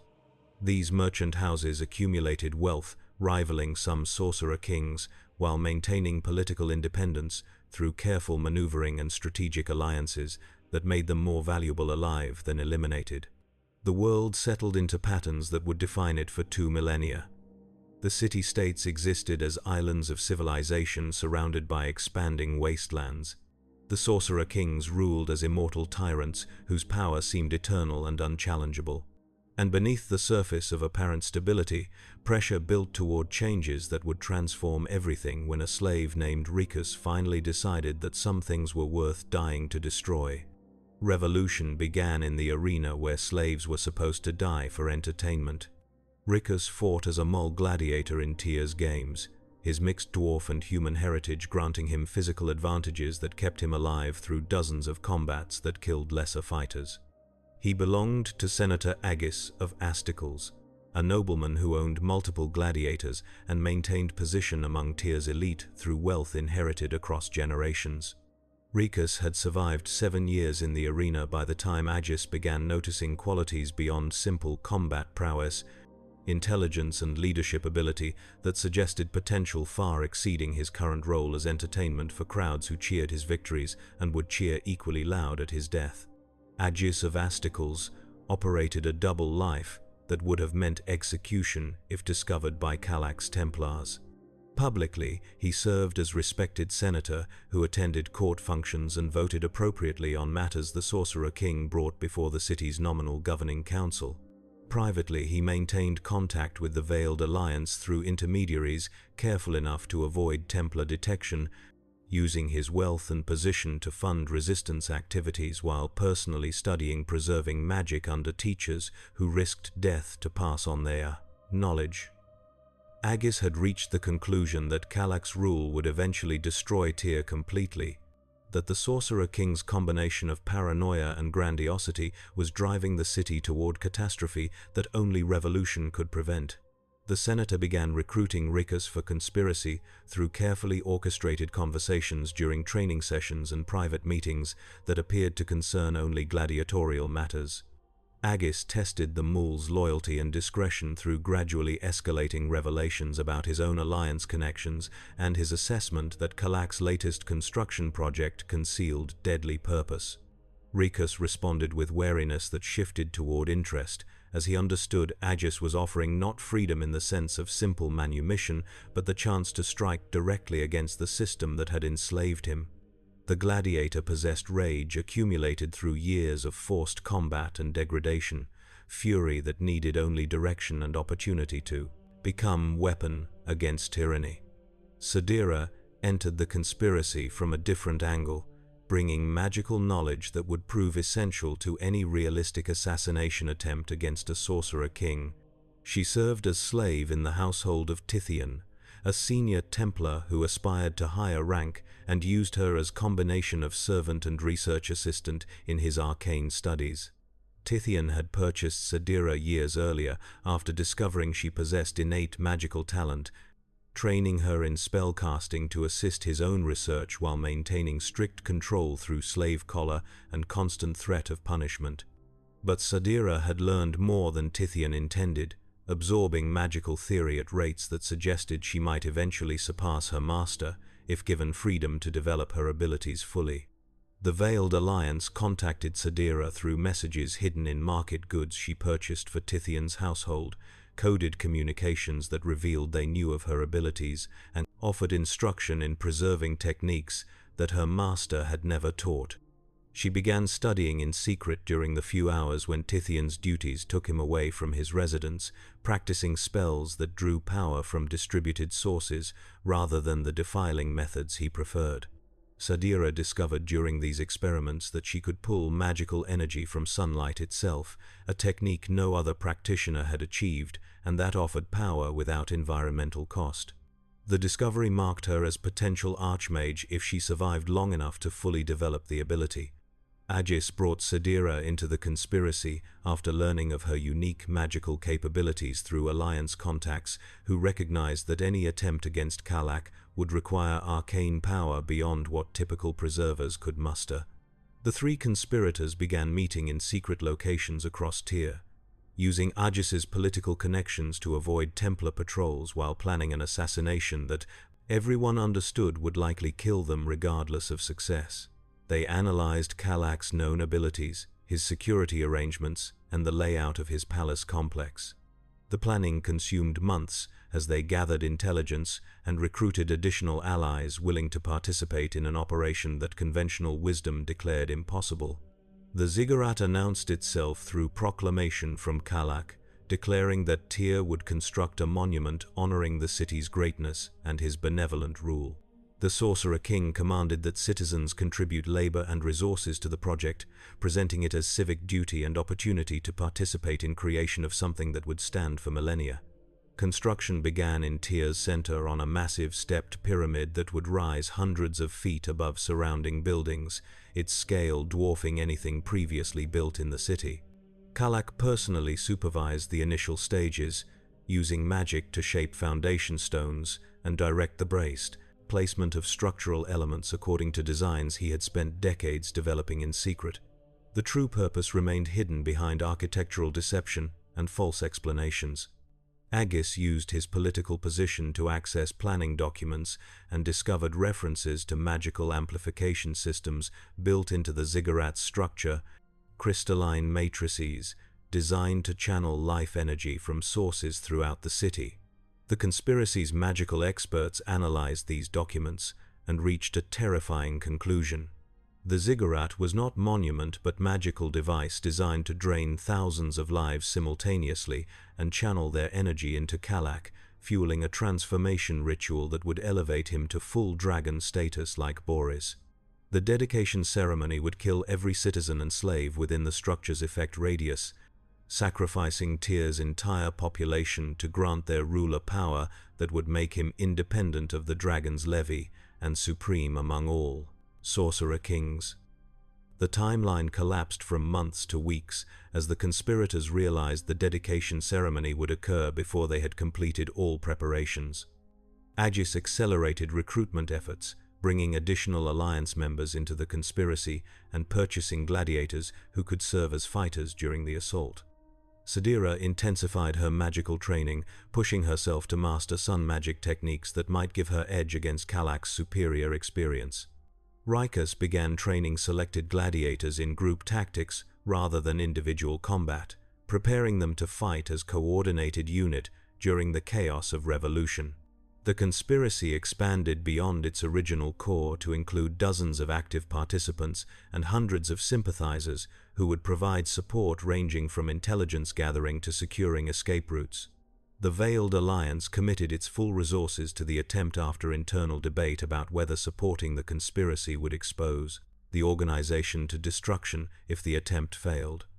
The Alliance's leadership in Tyr concluded that Kalak's transformation ritual represented existential threat regardless of their involvement, that if he succeeded in becoming a dragon, then all resistance would become impossible as he consolidated power exceeding any sorcerer king in history.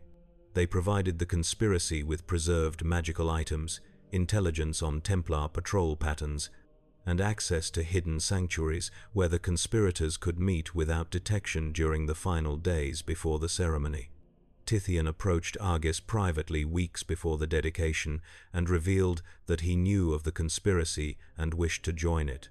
The Templar explained that he had been monitoring Sadira's activities and discovered her alliance connections, following the threads until he understood the full scope of the planned assassination. But rather than report the conspiracy to Kalak, Tithian offered his assistance in exchange for position of power in whatever government emerged after the Sorcerer King's death.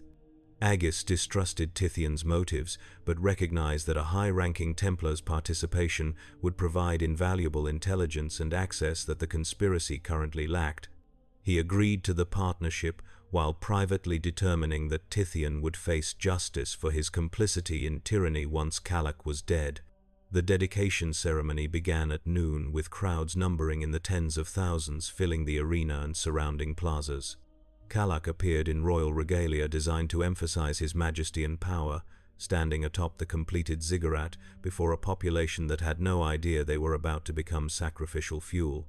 He began the ritual with speeches honoring Tyr's history and predicting glorious future under his continued rule, words that meant nothing except as verbal components in the larger spell he was weaving through gesture and magical formula.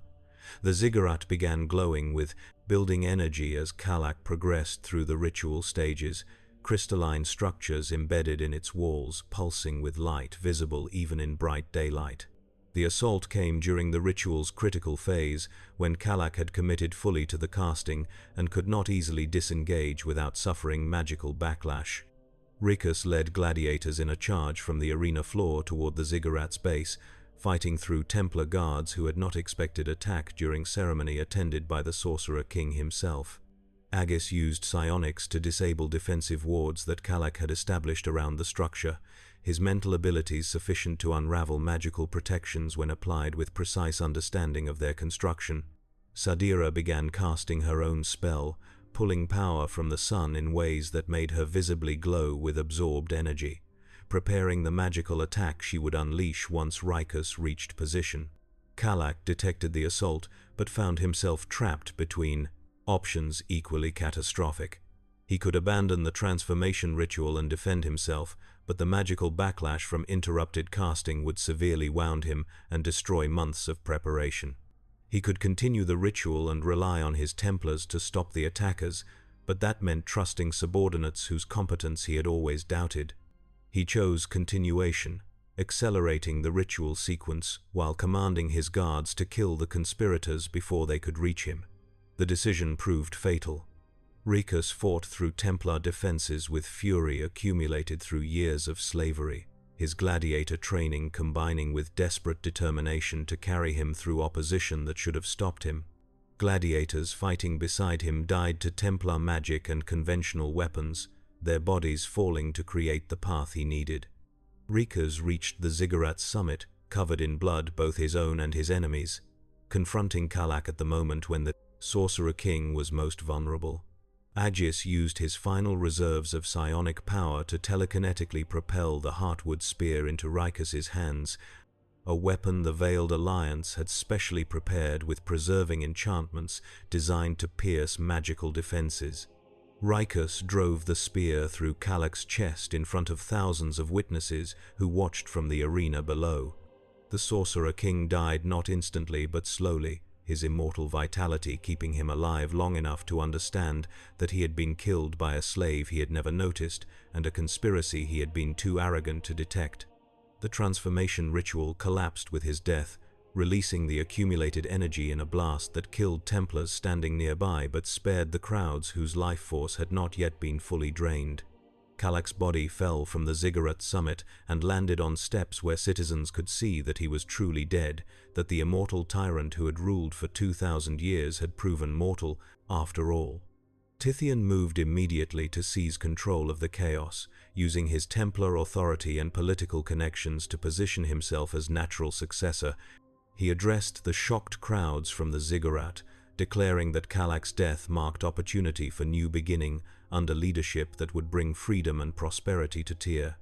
The crowd responded with confused cheering, uncertain what freedom meant, but willing to accept that change might improve their circumstances. Tithien crowned himself King of Tyr that same afternoon in ceremony, hastily organized to establish legitimacy before rival factions could mount opposition. The myth of Sorcerer King invincibility shattered across Athos as news of Kalak's death spread through trade routes and psionic communication networks. Other Sorcerer Kings received the information with shock that quickly transformed into paranoia, each recognizing that if Kalak could fall, then they might face similar threats from their own populations. Security increased dramatically in cities like Uruk and Niben, as rulers who had felt secure for millennia suddenly understood they were vulnerable. The balance of power that had remained stable for 2,000 years entered a period of instability that would reshape the tablelands completely. Aegis watched Tithien's coronation from the arena floor and understood that the revolution had succeeded in killing a tyrant but failed in preventing tyranny from continuing. The senator had helped destroy a sorcerer king only to see a Templar take his place, exchanging one form of oppression for another that differed primarily in the identity of the oppressor rather than the nature of the oppression. But at least Kalak was dead, and that death proved that change was possible even in a world designed to make change impossible.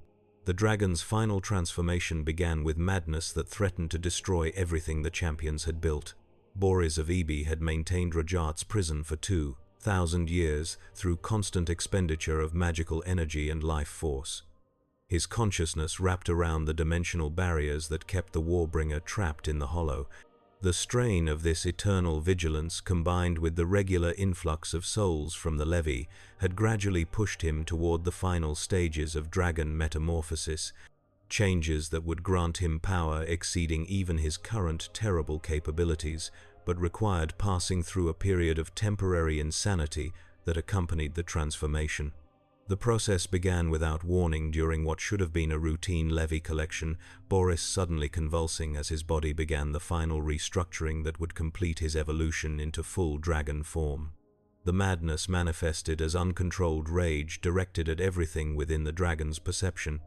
Boris abandoned his post guarding Rajat's prison and began rampaging across the tablelands with no apparent strategy or target selection, attacking whatever cities or settlements he encountered during his aimless flight.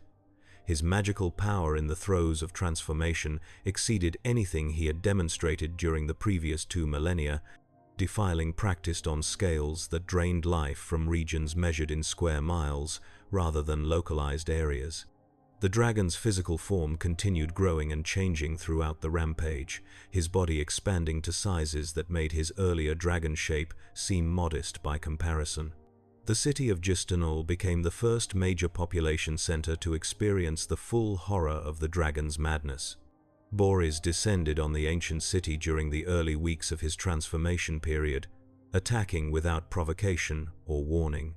He used breath weapons that combined fire with defiling energy, incinerating buildings while simultaneously draining life force from everyone within the blast radius. The city's defenses proved utterly inadequate against assault from a being who had helped create the defensive magic Justinal's Templars wielded. Boris tore through the city's outer districts in hours, leaving behind ash and corpses in numbers that would take weeks to count once survivors emerged from hiding. Dregoth ruled Justinal as one of the original champions, a sorcerer king whose power rivaled any of his peers. He confronted Boris personally in magical combat that leveled entire city blocks through collateral damage from spells that had never been designed for use in urban environments. The duel lasted 3 days as Dregoth threw everything in his arsenal against the maddened dragon while trying to protect what remained of his population. But Boris, in his transformation state, possessed power that made even another champion seem inadequate by comparison. The dragon eventually overwhelmed Dregoth's defenses and killed him through sustained magical assault combined with physical attacks that crushed the sorcerer king beneath claws capable of pulverizing stone. The death of Dregoth sent shockwaves through the remaining sorcerer kings, equal to those caused by Kalak's assassination. A champion had fallen to another champion, demonstrating that even the transformed killers who had survived the cleansing wars could be destroyed by sufficient force. But the circumstances made the lesson even more terrifying because Boris had killed Dregoth almost casually, as if swatting an irritating insect rather than fighting a peer whose magical abilities should have made the contest at least somewhat balanced. The Sorcerer Kings realized that if Boris decided to turn his full attention toward any of them individually, they would likely die regardless of their preparations or power. Justinal's surviving population fled the ruined city in numbers approaching 50,000. Refugees carrying whatever possessions they could salvage while abandoning millennia of accumulated history and culture. Many died during the exodus, as the dragon's defiling had transformed the surrounding territory into wasteland incapable of supporting the displaced population. The refugees scattered toward other city-states seeking shelter, carrying stories of destruction that made listeners doubt their sanity until other reports confirmed that Justinal truly had been destroyed and its sorcerer king killed by the dragon they had all assumed was safely occupied. Maintaining Rajat's prison. Yurik faced the dragon's assault during the second year of the rampage as Boris attacked from the east without warning during the midday heat. Hamanu had received reports of the attacks on Justinal and other settlements, giving him time to prepare defenses that other victims had lacked. He evacuated the eastern districts of Yurik and concentrated his forces in the city's western sections, abandoning portions of his city to create buffer zone where the dragon could vent his fury without immediately reaching critical infrastructure or dense population centers. Hamanu positioned himself at the center of a complex defensive array that combined his personal magic with spell casting from dozens of Templars working in coordination, creating layered barriers designed to slow the dragon even if they could not stop him completely. The battle for Yurik demonstrated both Hamanu's tactical brilliance and the limits of what even the most militarily accomplished sorcerer king could achieve against overwhelming power. The defensive arrays slowed Boris, but failed to halt his advance through the city, each barrier consuming minutes rather than the hours Hamanu had hoped for. The dragon tore through magical shields that would have stopped armies, shrugging off spell attacks that should have wounded him severely. Hamanu fought with desperation born from understanding that defeat meant not just personal death but extinction of everything he had built across 2 millennia of rule. Hamanu survived the assault by making the calculated decision to sacrifice portions of his city rather than risk destruction of the whole. He directed his Templars to channel defensive magic toward protecting the city's core while abandoning the eastern districts completely to the dragon's rampage. Boris spent days demolishing the abandoned sections, his madness satisfied by destruction even without the massive casualties he had inflicted on Justinal. The dragon eventually moved on to other targets, leaving Yurik damaged but intact and Hamanu alive but humbled by the experience of coming within hours of death at the claws of a being he had once considered something approaching a peer. The cost of the Uric defense measured in thousands of lives and entire city districts transformed into rubble that would require years to clear and decades to rebuild. Hamanu's reputation as the supreme military power of the Tablelands took damage equal to his cities, as word spread that even his preparations and tactical genius had barely sufficed to survive contact with the maddened dragon. The Sorcerer King responded by increasing Uric's military readiness to levels that strained his resources, training additional forces and developing new defensive systems in case Boris returned before completing his transformation and regaining sanity. Trade collapsed completely as caravans refused to risk traveling through territories where the dragon might appear without warning. The merchant houses that had maintained commercial networks for centuries found themselves unable to hire guards willing to face possible dragon encounter regardless of payment offered. Cities that depended on imported food faced immediate supply crises as their trade partners stopped sending caravans that never returned. The Tablelands economy entered depression that would persist for years even after the immediate dragon threat ended, having lost the infrastructure and personnel necessary to quickly restore pre-rampage commercial activity. City-states not yet directly attacked began panic preparations that sometimes caused as much damage as the dragon himself might have inflicted. Ram's population rioted when the sorcerer queen Abalak Ray attempted to conscript additional slaves for defensive construction projects, the civil unrest killing hundreds before Templar forces restored order. Balik evacuated its harbor district based on rumors that the dragon was approaching from the sea, the false alarm creating chaos that disrupted the city's fishing and trade operations for months. The psychological impact of knowing that unstoppable destruction could arrive at any moment proved nearly as devastating as actual dragon attacks. Sadira attempted to stop the dragon through direct intervention using her unique sun magic capabilities. She had continued developing her abilities after Kalak's death, pushing beyond what other practitioners thought possible by pulling magical energy directly from solar radiation. Sadira theorized that if she could channel sufficient power, she might be able to wound, or at least distract Boris long enough for cities in his path to evacuate. The Veiled Alliance argued against the attempt as suicide, but Sadira convinced them that doing nothing while the dragon destroyed civilization was equally unacceptable. She prepared for months, developing a spell designed to channel more solar energy than any single casting had ever attempted. The confrontation occurred in the Obsidian Plains east of Tyr, as Sadira tracked the dragon's movements and positioned herself in his projected path. She began her casting at dawn, drawing power from the rising sun and continuing the channeling as the crimson orb climbed toward its noon zenith. The magical energy flowing through her exceeded anything she had previously attempted by orders of magnitude, her body glowing with absorbed radiation to the point where observers miles distant could see the light. Sadira completed the spell just as Boris came into range and released everything she had gathered in a focused beam that struck the dragon directly.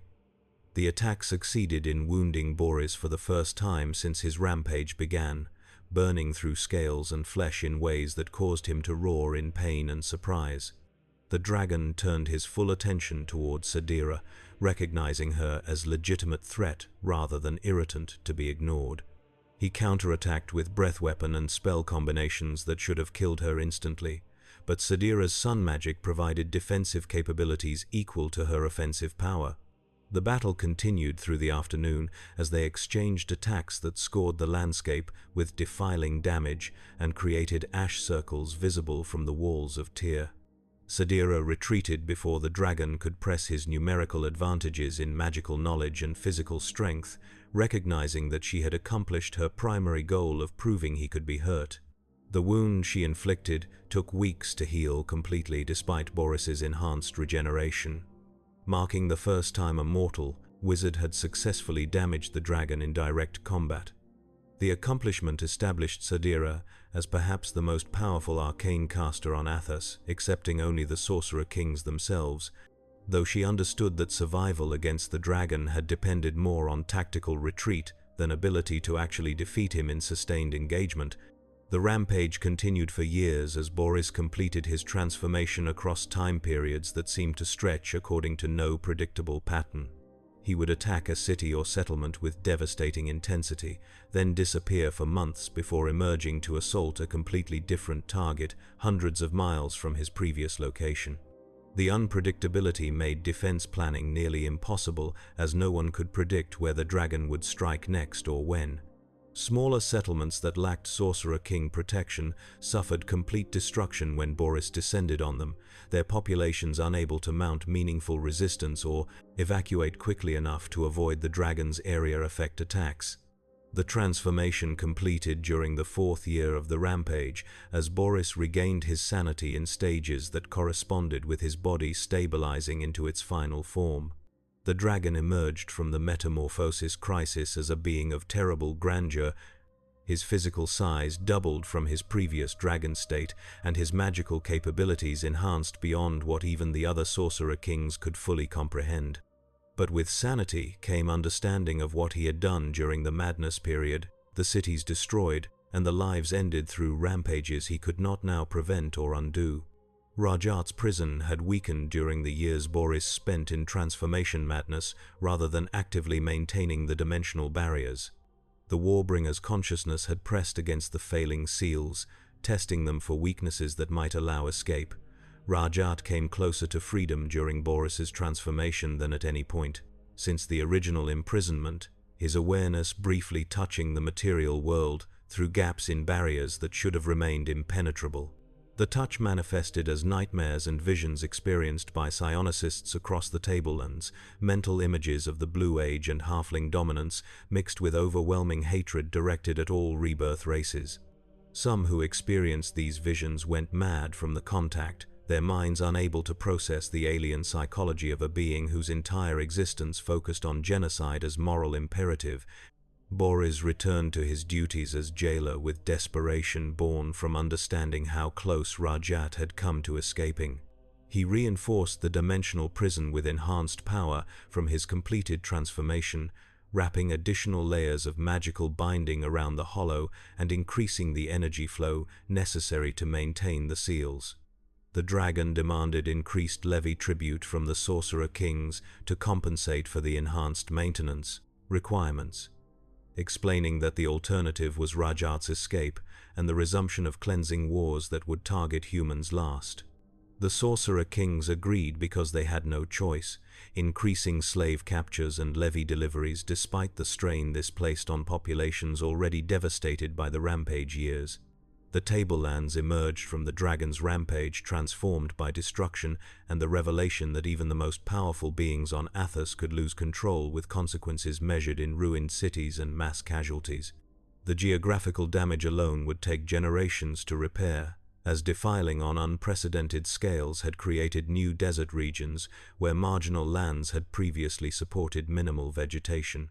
The psychological damage proved equally severe, as populations that had accepted Sorcerer King rule as permanent fixture now understood that power on Athos was more fragile than anyone had believed.